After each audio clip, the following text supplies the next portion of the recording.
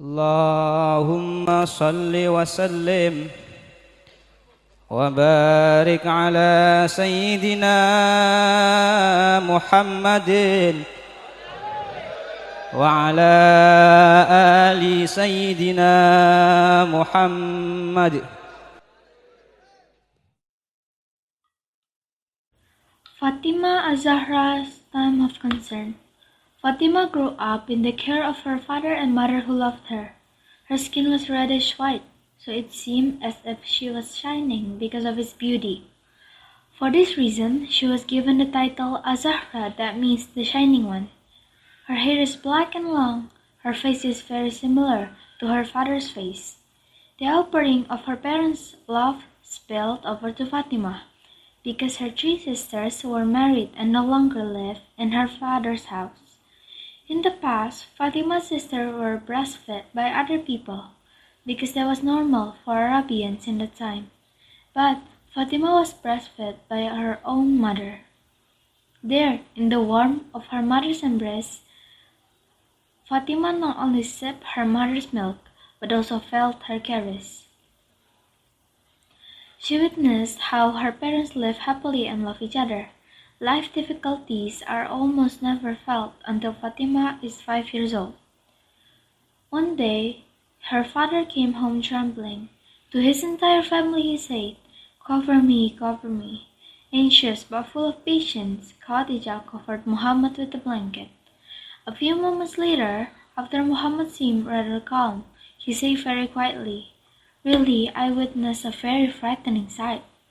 "Ah, no," said Khadija. "God will not bother you. Don't you like to connect brotherhood, release people's difficulties, give help to the needy, respect guests, and love to defend people who defend the truth?" Then Muhammad narrated the events he experienced in the cave of Hira, and stated that he had now been appointed as the messenger of Allah, the messenger of God for all mankind. The new job as the messenger of God brought a new atmosphere in Fatima's family. Now she often sees her parents bowing and prostrating before God. She often listened to them recite the verses of the Quran slowly and with specificity. The holy atmosphere now fills Fatima's house. Only Fatima, the daughter of the Prophet, witnessed this atmosphere. Her other sisters are already living with their husbands. One day, Fatima followed her father up the hill of Shafa. There, Muhammad spoke in front of the Quraysh. This was the Prophet's first attempt to convey the teaching of Islam outside his household. With a voice full of authority, Prophet Muhammad said, "What do you think if I tell you that the cavalry at the foot of the hill is preparing to attack you? Will you believe me?" The question was greeted by the audience in a roaring voice. "Right. We have never blamed you. We have never received anything from you other than the truth." Then the Prophet said, "Indeed, I am like a person who saw the enemy, and then he went to warn his family. But he was afraid the enemy would precede him, until he shouted, 'Watch out! Morning attack!' You know, I warn you in the face of painful punishment. O people of Quraysh, save yourself. I can't help you before God, O Bani Abdul Manaf. I am not able to help you, O Abbas bin Abdul Muttalib. I am not able to help you, O Shafiyah, aunt of the Prophet. I am not able to help you, O Fatima, daughter of Muhammad. Ask me for any wealth, but I am not able to help you before Allah." Fatima was proud to hear her name mentioned in the meeting. Her heart leapt with joy. It is as if Fatima said, "That's right, father. Only I can act before Allah. Only my charity." Fatima's joy did not last long, because she immediately heard a scrambling, frantic sound and people screaming scornfully at her father. With a gloomy face, Rasulullah returned to his house. Fatima followed without speaking. She is very sensitive and hides a lot of feelings in her heart. Therefore, she is also a quiet child, doesn't say much if not necessary. Fatima felt that after Rasulullah preached Islam, many people were hostile to Muhammad's family. The former paid homage now cast scorn.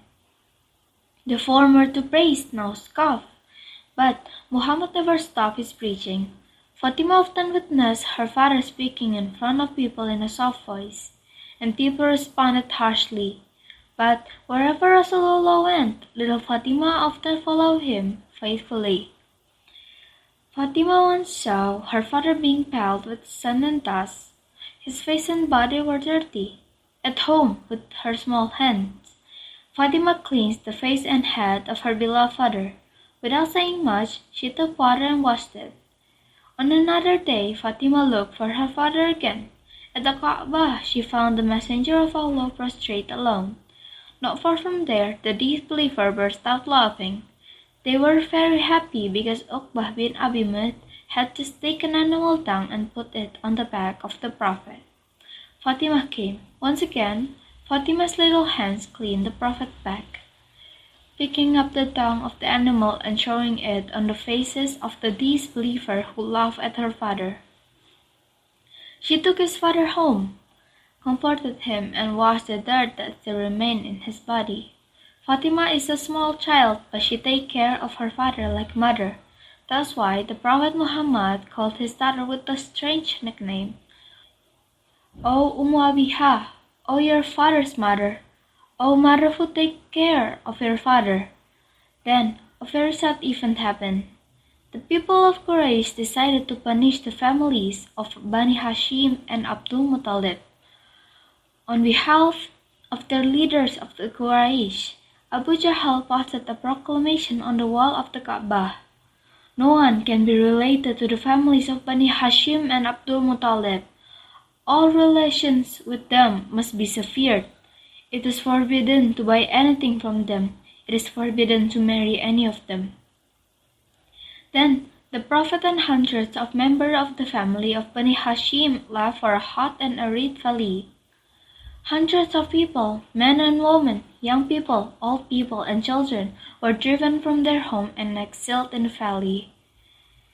Khadijah's rich family now have to live in a tent that is completely deprived.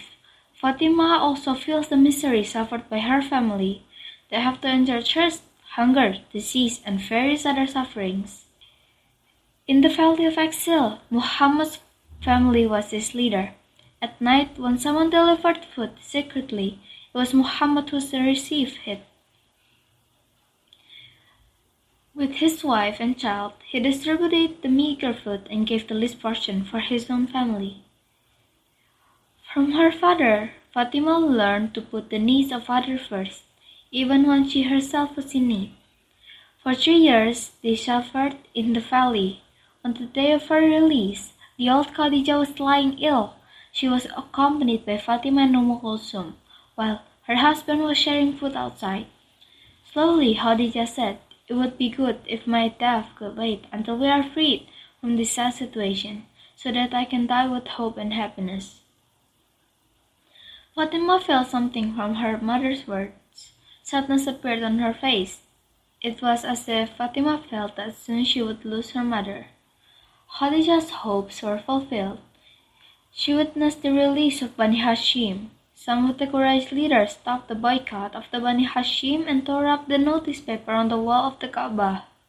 Now, Bani Hashim and Bani Muttalib returned to their respective homes. Fatima's sister returned to their husband's house, but Fatima still clung to her mother's side. Khadijah was still sick and even looked worse. One day, she called Fatima and half whispered, "Mother may die now or tomorrow. Your sisters, Zainab and Ruqayyah, live peacefully beside their good husbands."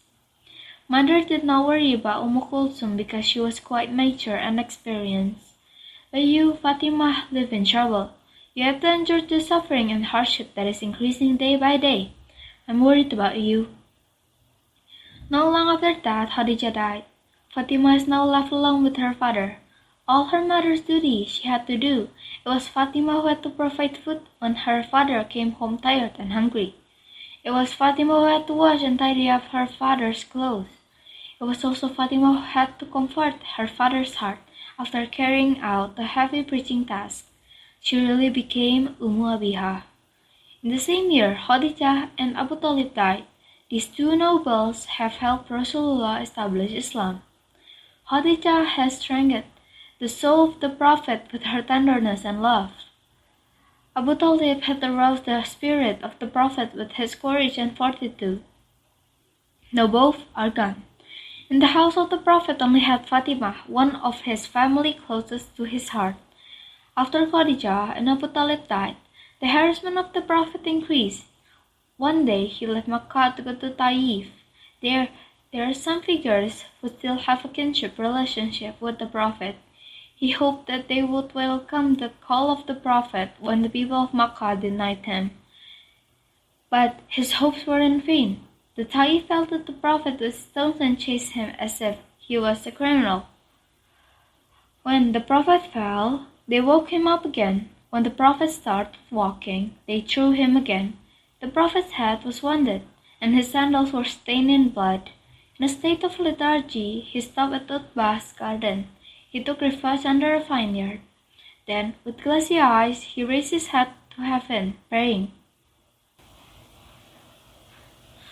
"O Allah, I confess to you my weaknesses, my lack of strength, and my humiliation on the sight of humans. O most compassionate and merciful, you are the Lord of the weak, and you are my Lord. To whom will you give me? To the distant family who attacked me, or to the enemy who controls over me? It's up to your will too. As long as you don't get angry with me, I take over with the light of your face that shines through the darkness, and fixes the affairs of this world and the hereafter. Do not send me down your wrath. Do not inflict on me your anger. There is no power and strength except because of you."